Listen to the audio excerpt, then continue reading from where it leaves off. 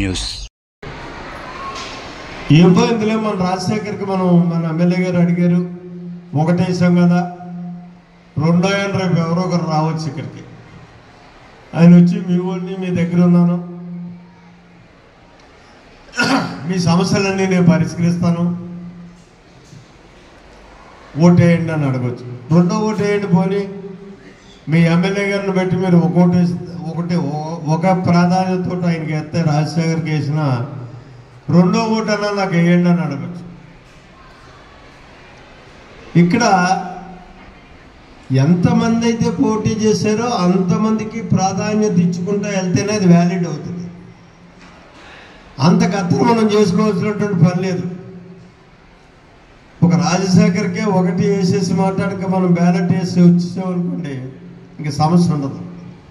రెండో ఓటు వస్తే ఇదంతా కూడా మళ్ళీ మీకు తెలిసి ఎమ్మెల్సీ ఎలక్షన్ ఎలాగ ఉంటాయన్నది ప్రాధాన్యత క్రమంలో ఎలిమినేట్ అయిపోయేటటువంటి ఓటు ఎలిమినేట్ అయిపోతుంటే ఆ ఓటు వేసినటువంటి మీరు ఇచ్చినటువంటి ప్రిఫరెన్స్ ఇచ్చినటువంటి సెకండ్ ఓటు ఫస్ట్ ఓటు కింద మారడానికి అవకాశం ఉంటుంది.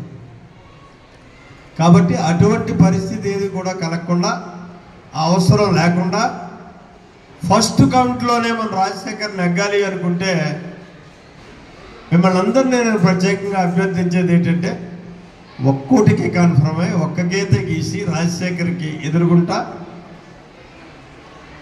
బ్యాలెట్లు కూడా ఈరోజు సాయంత్రానికి వస్తాం మీరు చేస్తేనే మనం ఫస్ట్ కౌంట్లో నెగ్గడానికి అవకాశం ఉంటుంది. ఫస్ట్ కౌంట్లో నెగ్గితేనే నాకు విలువ పెరుగుతుంది, చంద్రబాబు మీద ఎక్కువ హక్కు ఏర్పడుతుంది, అవకాశాలు ఉంటాయి. నాయకులైనటువంటి మన జ్యోతిరెడ్డి గారు మనకి ఒక గొప్ప వరం అని చెప్పి భావించాలి. మనం ఏ పని మీద అయినా సరే ఇక్కడ మనకే ఫస్ట్ ఇంపార్టెన్స్ ఇస్తుంటారు. అంచేత ఈరోజు మన పాఠశాలకి సార్ వచ్చేయడం నిజంగా ఒక గర్వకారణంగా చెప్పాలి, మన అదృష్టంగా భావించాలి. ఈ యొక్క వారు వచ్చినటువంటి విషయాన్ని మనకి వివరించడం వచ్చారు, అవన్నీ కూడా మనం చక్కగా కోరుకుంటున్నాము. ఈ అవకాశం ఇచ్చినటువంటి వారందరికీ నా ధన్యవాదాలు.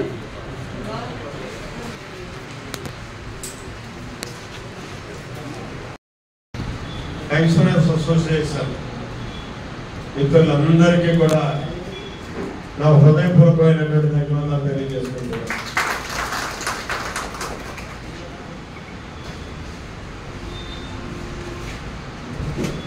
ఈరోజు మిత్రుడు చెప్పినట్టుగా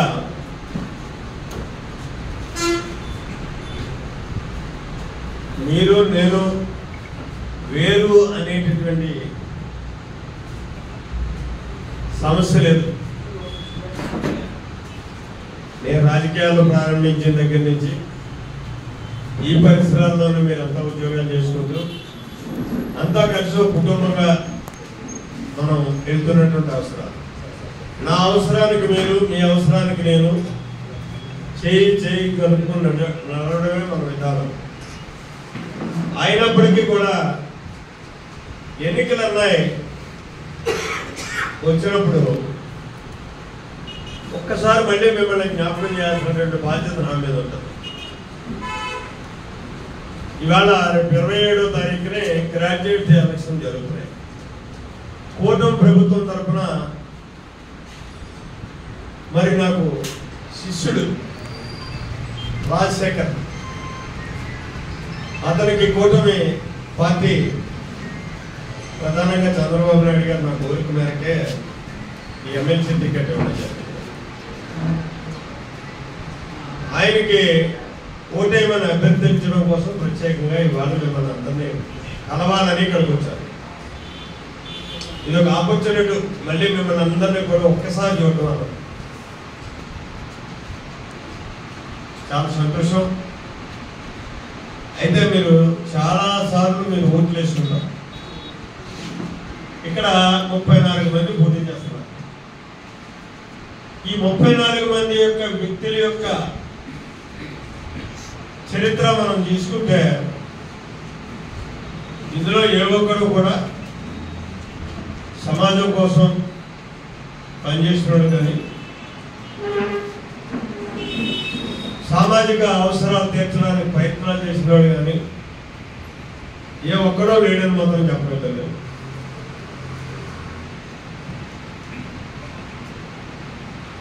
అయితే మరి రాజశేఖర్కి ఎందుకు మీరు ఓటేయమంటున్నారు అని చెప్పేసి మీకు అనుమానం. రాజశేఖర్ ఇవాళ 3 ప్రధాన రాజకీయ పార్టీ కూటమి అభ్యర్థిగా వచ్చాడు కాబట్టి అతనికి అర్హత.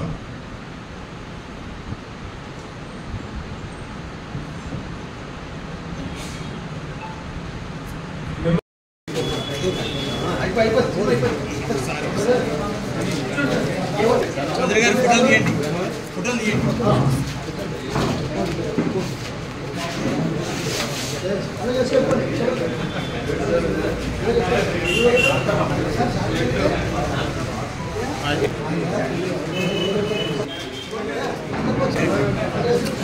మాట్లాడితే ఇక్కడ కంప్లీట్ చెప్పండి.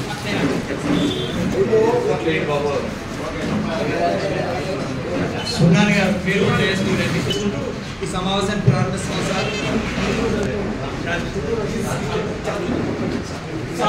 మేము ఎప్పుడు కూడా జగన్మేటలోని మాకు ఎమ్మెల్యే గారు ఎక్కడున్నా ఏ పార్టీలో ఉన్నా వారు కూడా మేము ప్రయాణం చేస్తున్నాం సార్. మేము మొన్న ఎన్నికల ముందు కూడా వారిని కలిసి మేమంతా కూడా వారికి మద్దతు తెలియజేయడం జరిగింది. ఈరోజు ఎన్నికల ప్రచారం అంటే కాలేజీకి రావాలి. ఈ కాలేజీలో నాకు చాలా ఎక్కువ అనుభవం,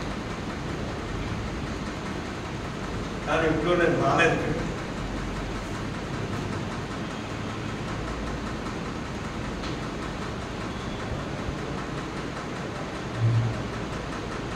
ఇక్కడ ప్రిన్సిపల్ గారు చెప్పారు, రాజశేఖర్ ఆల్రెడీ నిశ్చయం ఉంటాయంటే. అయితే నేను ప్రత్యేకంగా వచ్చి కాలేజెస్లో కలవడానికి కారణం ఏంటంటే, ఏదైనా సరే ఓటర్లని అడగాల్సినటువంటి ధర్మం ఉంటుంది. అడిగితేనే కానీ అమ్మంటారు. ఇక్కడ ప్రత్యేకంగా మనకి రాజశేఖర్ని గెలిపించుకోవడంలో నాకు అవసరం. ఎందుకంటే అతను నాకు రాజకీయంగా సృష్టిలో ప్రధాన సృష్టి. చంద్రబాబు నాయుడు గారు కూడా అభ్యర్థిత్వాన్ని ఇవ్వడానికి పడుతున్నా నేను రిక్వెస్ట్ చేయడం రాజశేఖర్కి అభ్యర్థి. అతను వ్యక్తిత్వం గురించి కూడా చెప్పాలనుకుంటే సుమారు 30 సంవత్సరాలు పైబడి నాతో సన్నిహితంగా.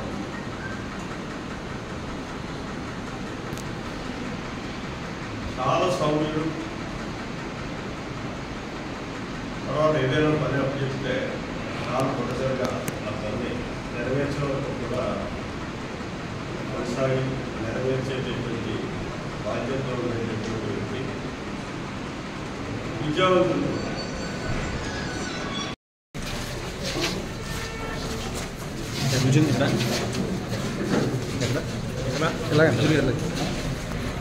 మన అక్షర కాలేజ్ మేనేజ్మెంట్ తరఫున, అలాగే మన యొక్క అధ్యాపక బృందం తరఫున కృతజ్ఞతలు తెలియజేస్తాం. సార్ అంటేనే డెవలప్మెంట్, అభివృద్ధి, తీరావత అభివృద్ధి.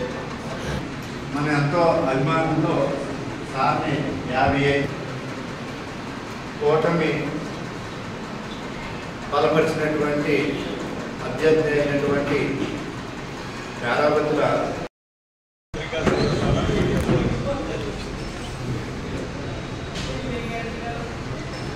అందరికీ కూడా మన హృదయపూర్వకంగా ఈరోజు ఉమ్మడి హృదయకొండ పట్టభద్రుల నియోజకవర్గం ఎన్నికలు 27వ తారీఖున జరుగుతున్నాయి. ఆ సందర్భంలో మిమ్మల్ని కలిసి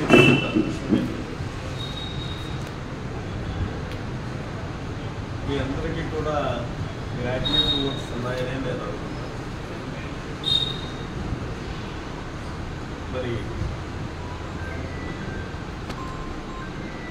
మీరందరూ అభిమానించి ఈ రాష్ట్రంలో అధికారులు ఇచ్చినటువంటి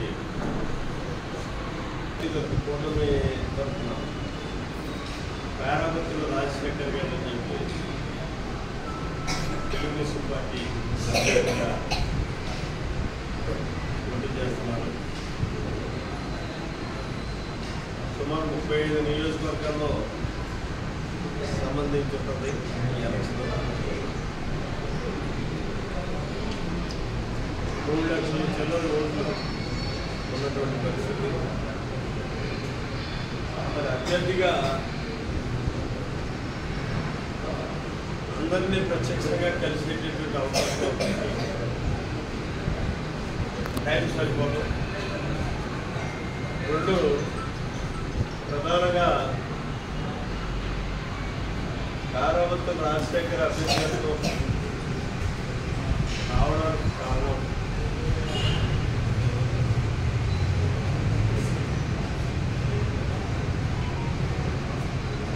నా యొక్క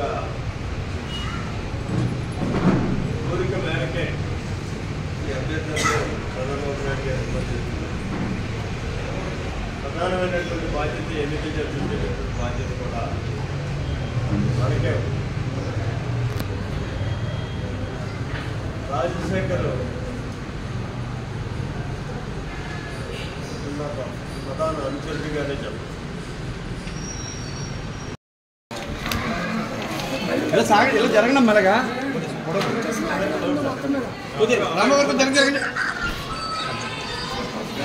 చిరంజీవి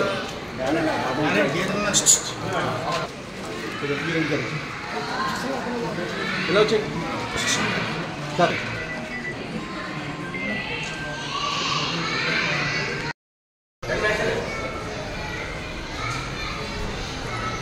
సరే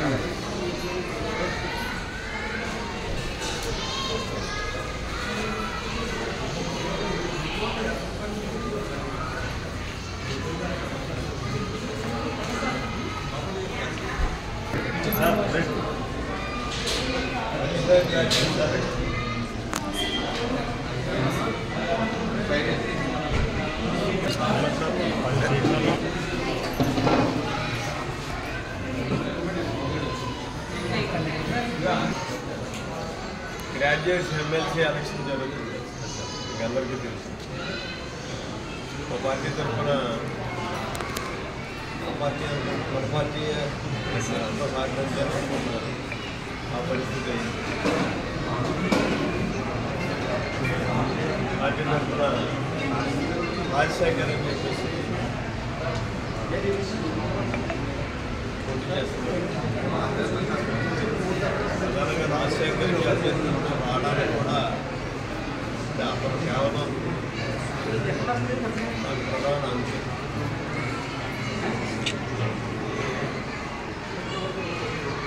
అభ్యర్థులు కూడా నా రిక్వెస్ట్ మీద ఇక్కడ మనకి 6,227 అందులో మీ దగ్గర 9 రోజులు. ఈ 9 రోజులు కూడా మనకు తప్పగా ఫస్ట్ బ్యాలెట్లో కూడా ఫస్ట్ నేమే రాజశేఖర్కి వచ్చింది. మనం ఏంటంటే తెలియదు కాదు గవర్నమెంట్కి ఇవ్వకుండా ఇక్కడకుండా ఒకటి అది కేంద్రం ఒకటికి రెండోది ఎంతమంది 20 మంది అనుకుంటున్నాం. రేపు